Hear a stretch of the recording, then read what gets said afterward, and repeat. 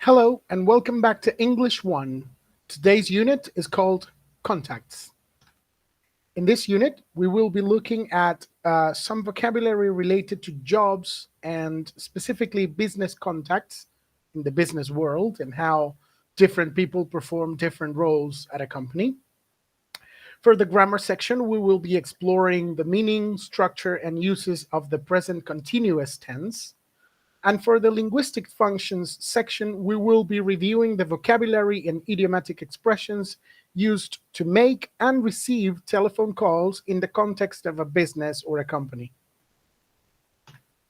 Let's start with the vocabulary, specifically the vocabulary related to business contacts.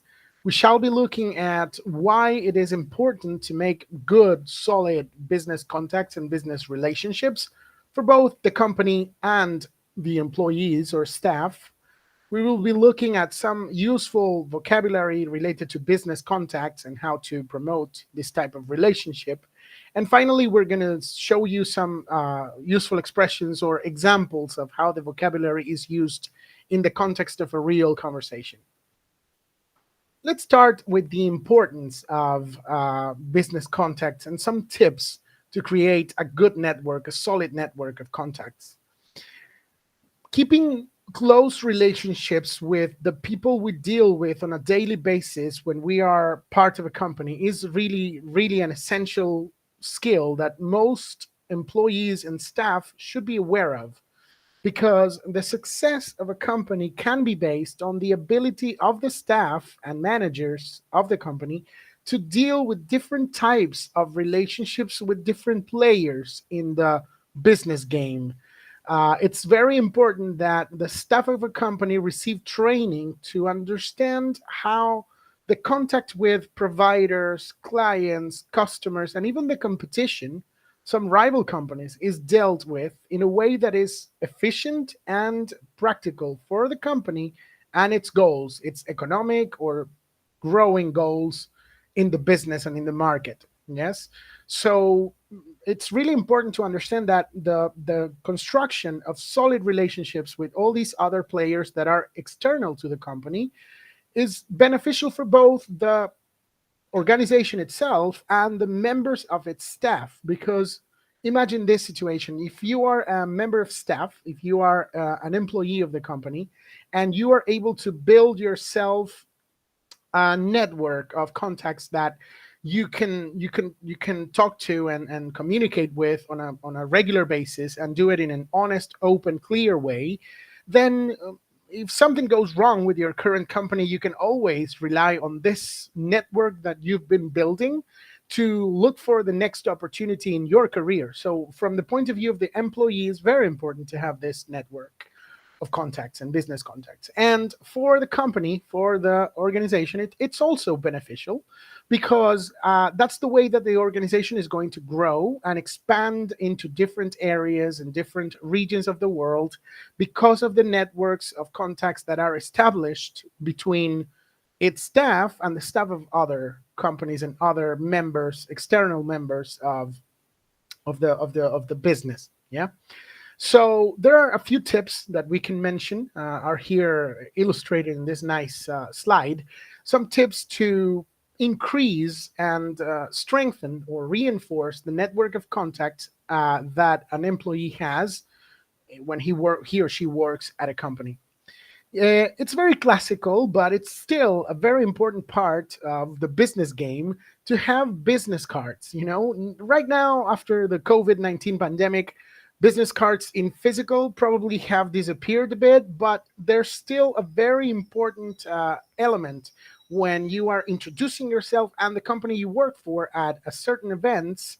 It's very important to have a piece of paper or a digital version of a document that states very clearly who you are, who you work for, and the position or role that you play in that organization. It's really important to have this information clear, and you can actually, deliver it to different people and leave a mark that will make sure that if they want to contact you in the future, they have all the information they need to do that in a very clear and easy way. It has to be simple. Don't overcharge your business card with a lot of information because that can be confusing. Yes. And when you give them away whenever the opportunity comes, that different moments for example, a networking event, there are many different moments where you can exchange business cards with colleagues and rivals and clients. Yes. It's very important to use social media. That's another point that is very popular and important these days. Social media are the present and probably the future of business, in the sense that they help companies and individuals as well to reach a bigger audience, a bigger scope of clients, customers, providers, suppliers, etc. So it's really important that you as an employee and the company have a business profile in some of the most utilized social media these days. Yes, so it's really important to do that. You in this way, with using social media wisely, you can follow companies and of profiles of your interest. It means that you start creating this network of contacts that you have in real life also in the virtual platforms, so that's really important. You have to attend events in your sector. This is the importance we were mentioning in previous units, the importance of networking events. Yes, if there's an event, a situation that is relevant for the sector or the industry that you work in, then go and have some fun, try to relax and enjoy the situation and establish personal contact with other people, people from other areas of other places in the world or other different backgrounds. It's always enriching your own experience. And finally, don't lose touch with your former colleagues. It's always really important to don't forget about the people you worked with at the beginning of your career, for example. It's always important to keep them in touch. Maybe you're not going to be speaking with them all the time or every day, but it's really important to not lose touch completely, because you never know when you can, need to talk to them, or have the necessity to exchange information or ask about something. It's really important to have them available and ready to speak to you, and I'm happy to speak to you. So those are some tips that we can take into account when building a network of business contacts. Here are some of the terms and words that we can use related to this particular situation or elements. So we have two types of business contacts. We have internal business contacts that are internal to the company that you work for. You can talk about staff. Staff is all the members of the personnel, the members of the number of people who work for the company is the staff, considered as a whole, as a group. Your colleagues are the people who work with you at your same level. So if you're an entry level worker, it means the other entry level workers. Then you have managers or supervisors. They are on the next level of, they are supervising what you do, basically, or if you're a manager, you supervise what other people do. And then above the manager, you find sometimes the director of the company, which is like a much higher level of hierarchy. And then we have some other words that are referred to as external business contacts, which means outside the company you work for. So you have suppliers or providers. They are two similar words, or meaning referring to the people or companies that sell goods to your company so that your company can operate. Those are your suppliers. Customer is the people who buy products from a company or another person, but it's usually referring to buying objects, like physical objects and products, not hiring services, because when you hire a service, or people who hire services are considered or called clients. So for example, a bookshop which sells books has customers, but a lawyer who offers a service of legal representation, he has clients. So that's the difference. Customer for physical goods and client for services. Consultant is an expert on some area, marketing, sales, strategy, etc., that gives advice or recommendations to companies and organizations to better improve their sales, or to reach their targets, or to expand their network of contacts for any particular or specific goal that they might have.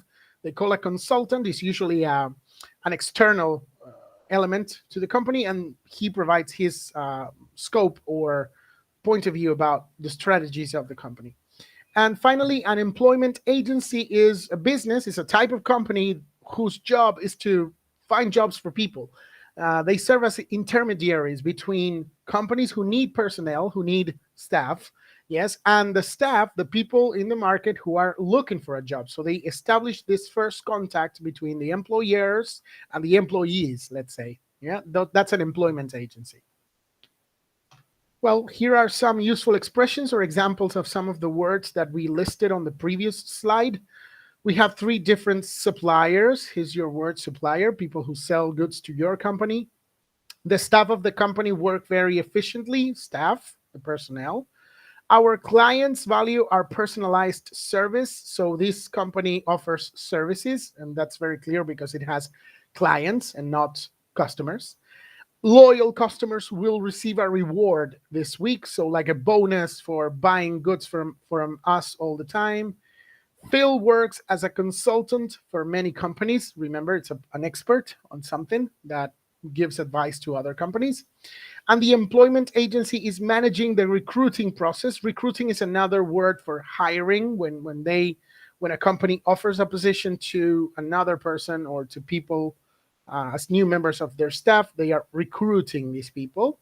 And my colleagues are very supportive. This is very important to have when you are working. Yes, you have supportive colleagues, people who work for you and are there to help you. All right, moving on to the grammar section of this unit, we are going to talk about the present continuous. It's another verb tense, another very basic verb tense that is used in conversation almost every day. I have to say that the present continuous is very important to be able. It's very important that you learn how to handle the present continuous and how to use it fluently, because along with the present simple, those are the two verb tenses that we probably need to use the most when we are talking about present situations. Yeah, so we're going to be using or studying its uses and meaning, its sentence structure or syntactical structure, and some time expressions commonly associated with the present continuous. Well, the present continuous has more than one use, more than one meaning, and one of them is quite curious, actually.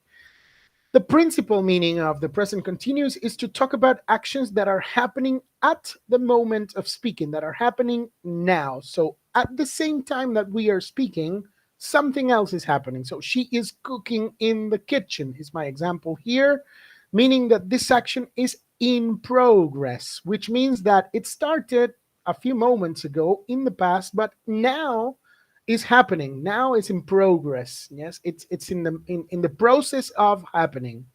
And of course it will end in the future. I don't know exactly when, but right now, as I'm speaking to you, this is happening. Yes. So this is what we call the present continuous principal use. But we can also talk about things that are happening around the present, not exactly at this moment or not necessarily at this moment, but things that are temporary, situations that are not permanent.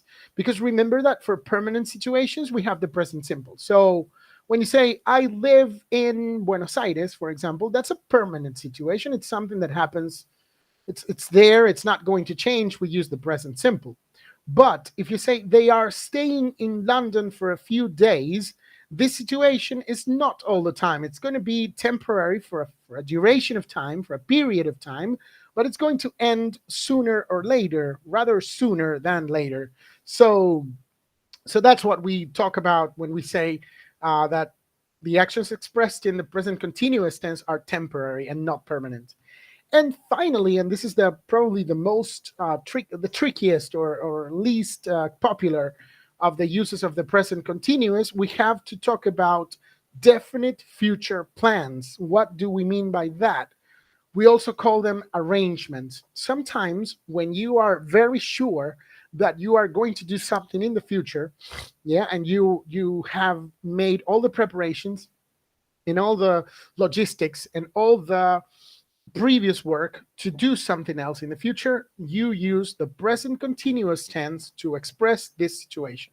Again, future arrangements, situations that are definite, situations that are confirmed. That's a great word, confirmed. In the future, probably in the near future, not very far into the future. So we don't use the present continuous to talk about 5 years' time. But maybe if we're talking about tomorrow, next week, or even next month, which is not far, far, far away into the future, we use the present continuous as long as things are confirmed. When you have plans, when you have intentions, but you have not really decided or you have not made all the plans and all the arrangements happen, probably you would use the going to structure. So if you say next summer we are going to go to the coast or to any place, destination, if you use the going to structure, it means that you have a plan, you have an intention, but you haven't finalized these plans yet. You haven't confirmed, I don't know, the plane tickets, or you haven't confirmed your accommodation to stay in this place. It's your intention, but you are not 100% confirmed. But when we use the present continuous tense for future plans, it means that the actions that we are expressing are confirmed and they are going to happen unless there is a very big thing that avoids or prevents them from happening. But when I talk, for example, about medical appointments, that's a great example. When you talk about having a medical appointment tomorrow, you say something like, I'm going to the dermatologist tomorrow. Yes, that's a confirmed appointment. It has a date, it has a time, it has been confirmed, and you know it's going to happen. So you use the present continuous tense. It shows a very sure, a very definite sort of preparation for a future event. Okay? No matter what the use of the present continuous is going to be, we will always have the same grammatical and sentence syntactical structure. Yes, the present continuous requires the presence of an auxiliary verb in all types of sentences, in affirmative, negative, and interrogative sentences. We always require the appearance, the presence of the verb to be in the present. The verb to be in the present is the auxiliary verb of the present continuous, and a sentence in the present continuous without am, is, or are is incorrect. Okay? You always need am, is, are as your auxiliary verb. So you are dancing on the stage. This is something that sometimes is very easy to forget, that we need an auxiliary verb. So in this case, the auxiliary verb is are, because it depends, remember, as it happened with the present of the verb to be, it depends on who the subject is. In this case, is the subject you, so it goes with are. You are dancing. And then the verb, the main verb, the principal verb of the sentence will always be in the ing form, in the continuous form. You are dancing on the stage. For negative sentences, it's very easy because we have to remember to add the negative particle, the word not, attached to the auxiliary verb, so the verb to be in the present. You are dancing becomes you are not dancing on the stage, which can easily become into you aren't, yes, the abbreviation. It's also possible here. You aren't dancing on the stage. And for questions, as it happens with most verb tenses, we will see an inversion of the order between the subject and the auxiliary verb.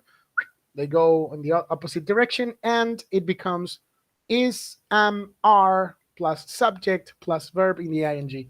Are you dancing on the stage?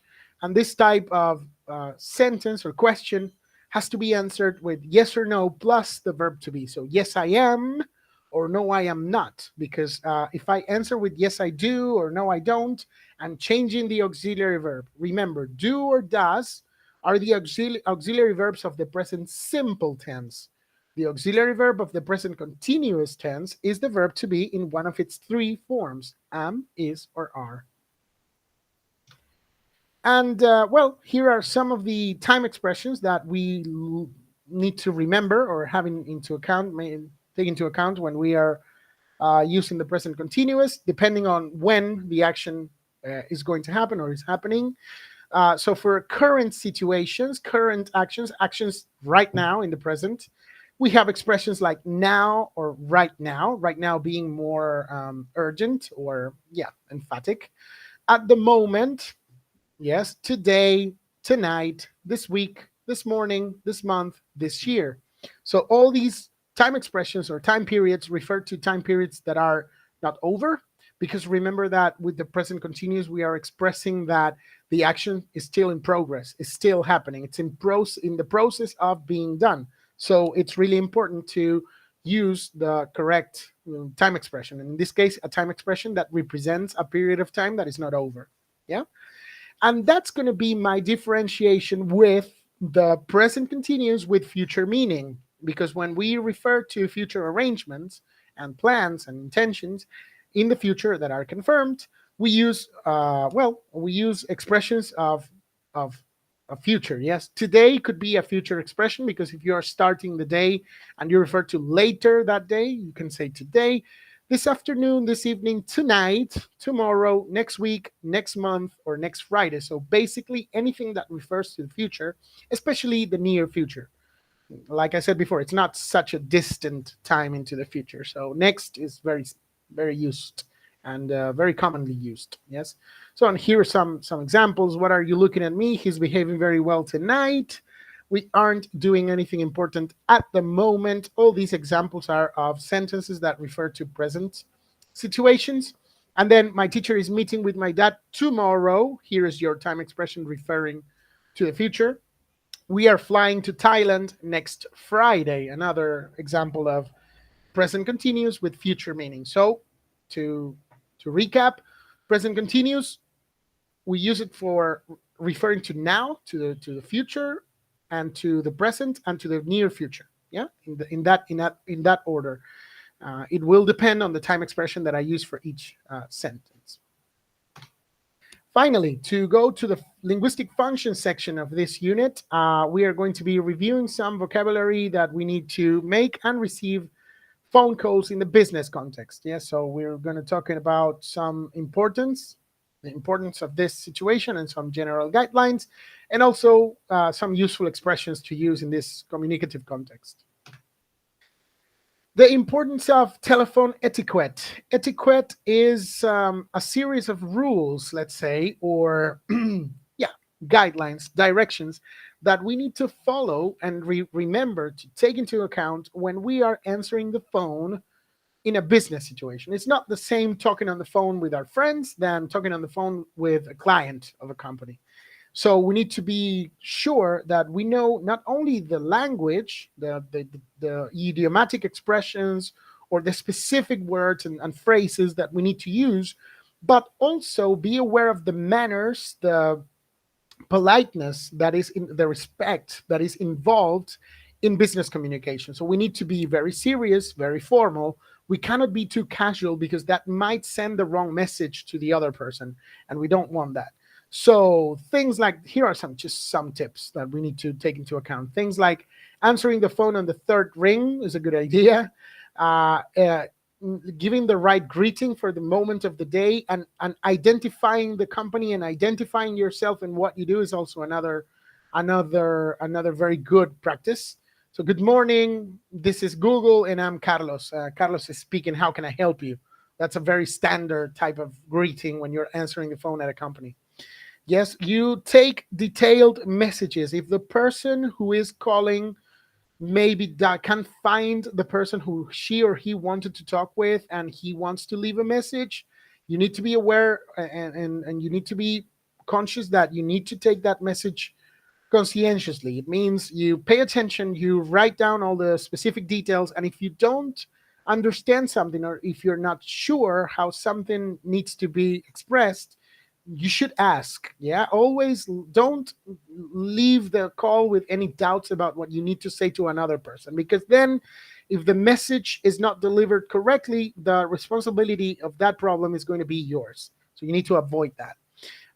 Don't leave people on hold for too long. That's another thing that sometimes happens when we call a company or a business and they say, well, please hold the line because we need to solve some problems, and then they leave you waiting for 10 minutes. It sounds like a short time, but when you're on the phone, specifically on a business call, it's an eternity. So you have to avoid that. You don't like that as a client. It means that if you do it to another person, they're not going to like it either. So avoid that. Yes. Don't use filler words. Yes, like too much of that's never a good idea. You don't need to. If you're hesitating, you can fill up that space with questions or with simple words, but not with filler words and expressions that are not professional.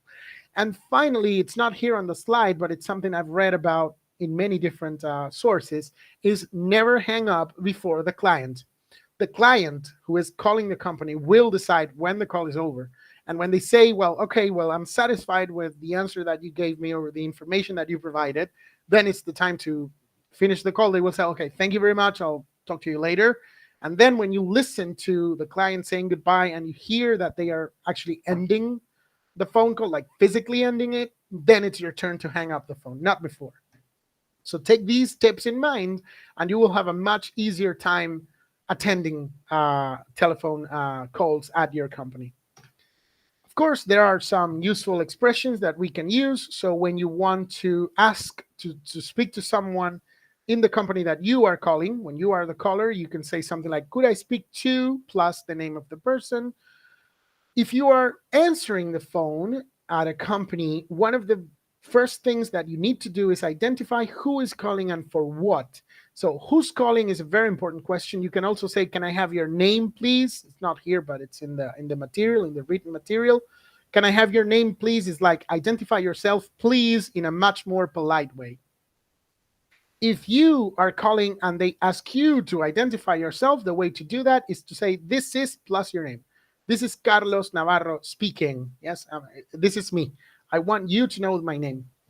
Then if you are calling if you receive a call and the person says, I am calling about, they are going to give you the reason for the call. So what they need or what they want to achieve by calling you at that time.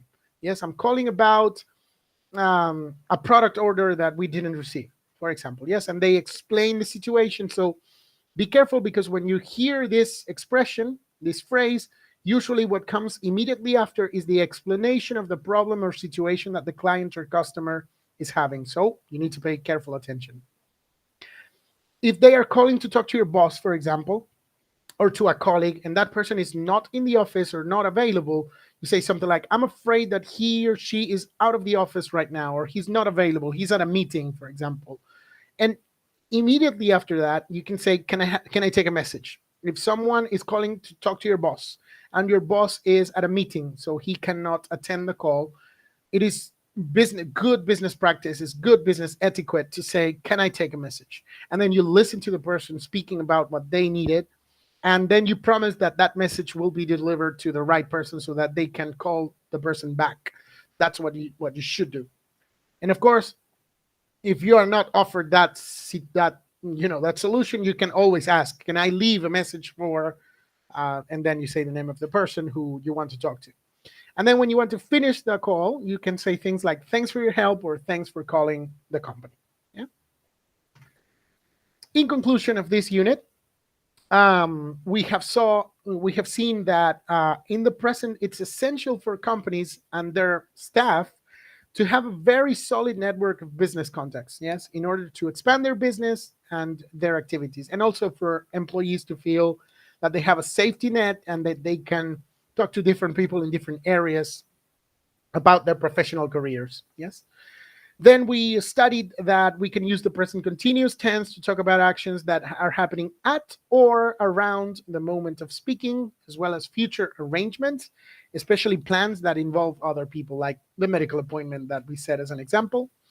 And finally, we saw that we can employ different idiomatic expressions to make and receive telephone calls in the context of business and company activities.